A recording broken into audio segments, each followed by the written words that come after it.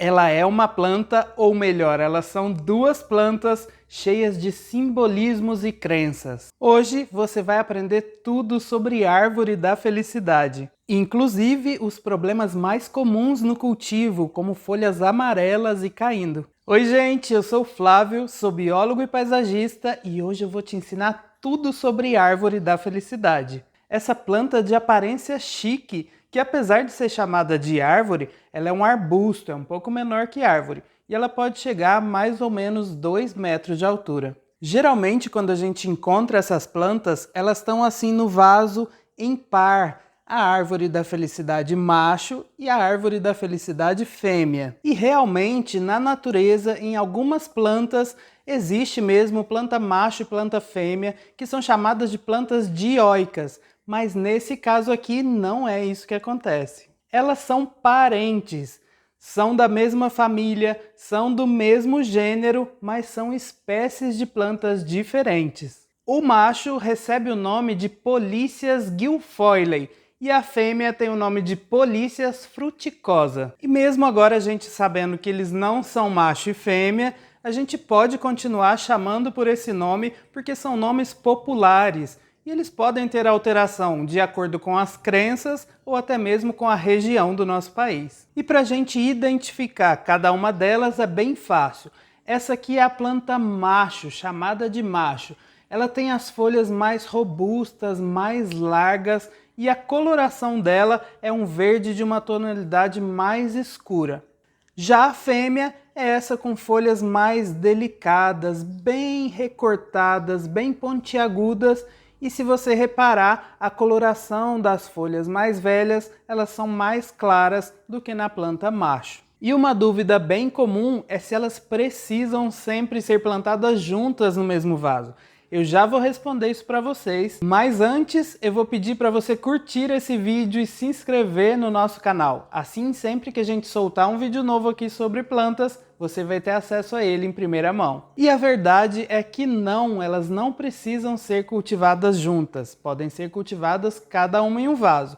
Mas existe uma crença de que uma tem energia feminina, outra tem energia masculina e as duas juntas formam uma energia de harmonia na sua casa. E como a forma de cultivo delas é a mesma tanto para uma quanto para outra, você pode sim cultivar as duas no mesmo vaso e elas ficam super bem. Existe uma outra crença antiga lá do Japão, que é onde essa planta se popularizou, que diz que para você ter a sorte da sua árvore da felicidade, você precisa ganhar ela. Segundo essa crença, assim como a felicidade, ela não deve ser comprada, ela deve ser cultivada e dividida. E por falar em cultivo, eu vou falar para vocês todas as dicas do que a gente precisa fazer e também o que não pode fazer para a gente ter a árvore da felicidade bem bonita em casa. Elas são plantas de origem lá na Índia, Malásia e Polinésia. Eu acho sempre importante a gente saber o local de origem dela, pois sabendo o clima de onde ela veio, a gente já tem muitas dicas para o cultivo dessa planta. Então ela é nativa de local que faz bastante calor. E um dos motivos dela amarelar as folhas e perder folhas é justamente o estresse causado pela mudança de temperatura, geralmente pelo frio aqui no nosso país. Essa árvore da felicidade a gente tem ela na parte externa de casa, a outra fica aqui dentro.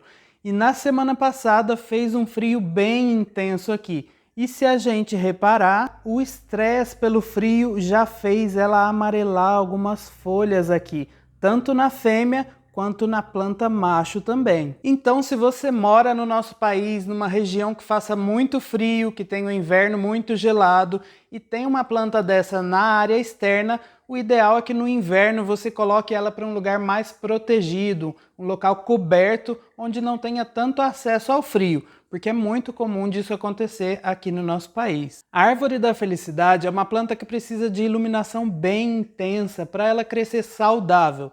Então escolha um local próximo de uma janela ou de uma porta, de preferência onde tenha o sol do começo da manhã. Isso vai fazer ela ficar mais saudável. A gente precisa lembrar que a planta ela faz fotossíntese, ela produz o próprio alimento. Então se você coloca num local mais escuro, que que não tem tanta iluminação, ela vai crescer menos saudável, ela vai crescer mais lenta e não vai ficar tão bonita. Você tem que evitar deixar o substrato dessa planta muito molhado, muito encharcado. Esse também é um dos motivos que faz a árvore da felicidade começar a derrubar as suas folhas. Na hora que a gente for fazer a rega, a gente vai molhar de todos os lados desse substrato, com bastante água mesmo, até essa água começar a vazar lá nos furos, no fundo do vaso. E a gente vai ficar observando esse substrato aqui. Como assim observando o substrato? A gente vai ver a coloração dele, a gente vai sentir o substrato para ver se ele está molhado, a gente vai vendo a aparência, o peso do vaso para saber se ainda tem água e a gente só vai regar de novo quando esse substrato começar a ficar seco. Ó, começou a pingar água lá no fundo, já posso parar de regar. A gente observar o substrato antes de fazer uma nova rega, para não deixar ele encharcado, resolve um monte de problema das plantas. Evita que a raiz fique encharcada e apodreça, evita que a planta derrube folhas, evita as doenças fúngicas. Então é muito importante a gente olhar e sentir o substrato antes de regar a planta. A árvore da felicidade não é muito exigente quanto ao substrato, mas é claro que se você colocar um substrato de qualidade, fica mais fácil você ter uma planta saudável e bonita. Então prefira usar uma terra vegetal com pedaços de matéria orgânica maiores assim. Esses grãozinhos maiores ajudam o solo a ficar mais aerado e também a água penetrar e escoar com mais facilidade. Toda planta que a gente cultiva em vaso, que é fora do habitat natural dela, a gente precisa fazer adubação. E as pessoas pensam, nossa, mas lá na natureza ninguém aduba. Aduba sim, das árvores cai galho, cai folha, cai fruto, que se decompõe no solo e esses componentes que sobram da decomposição são os nutrientes que a planta absorve. No nosso vaso isso não acontece, então a gente precisa repor esses nutrientes fazendo uma adubação para a planta ter ali o que ela precisa de nutrientes para se desenvolver. Você pode escolher o adubo de sua preferência, o mais importante mesmo é a gente seguir as orientações no rótulo da embalagem. E eu falo isso sempre porque muita gente acha que se você colocar mais adubo, a planta vai ficar mais bonita, vai crescer mais rápido e é o efeito inverso disso. Se você adiciona mais adubo do que é recomendado, você pode deixar o solo salinizado, salgado, isso vai fazer mal para a sua planta. Para as plantas verdes daqui de casa, eu estou utilizando esse Planta Turbinada, que é um fertilizante orgânico feito de materiais decompostos. Então, para esse tamanho de vaso aqui, eu vou usar mais ou menos aqui 2 colheres de sopa, que dá mais ou menos a quantidade dessa pazinha aqui. Isso tem as instruções sempre, toda a embalagem de fertilizante, de adubo que você for usar, tem as instruções no rótulo aqui de como você usar. Então, para esse vaso aqui, eu vou usar 2 colheres. Então, eu aplico aqui por cima mesmo do substrato, mais 1 colher. Aplico mais do lado de cá. E agora eu venho dando uma mexidinha para incorporar esse fertilizante aqui no meu substrato. Mexo tudo onde eu apliquei. Os fertilizantes para folhagens, geralmente eles são mais ricos em nitrogênio, que é o que mantém a quantidade de cloroplasto nas folhas e faz a planta ficar bem verdinha. Esse aqui eu sei que ele tem bastante nutriente, dos macro e também de micronutrientes. Terminei de fazer minha adubação, eu vou fazer uma rega. Para quê? Para diluir todos esses nutrientes aqui no substrato.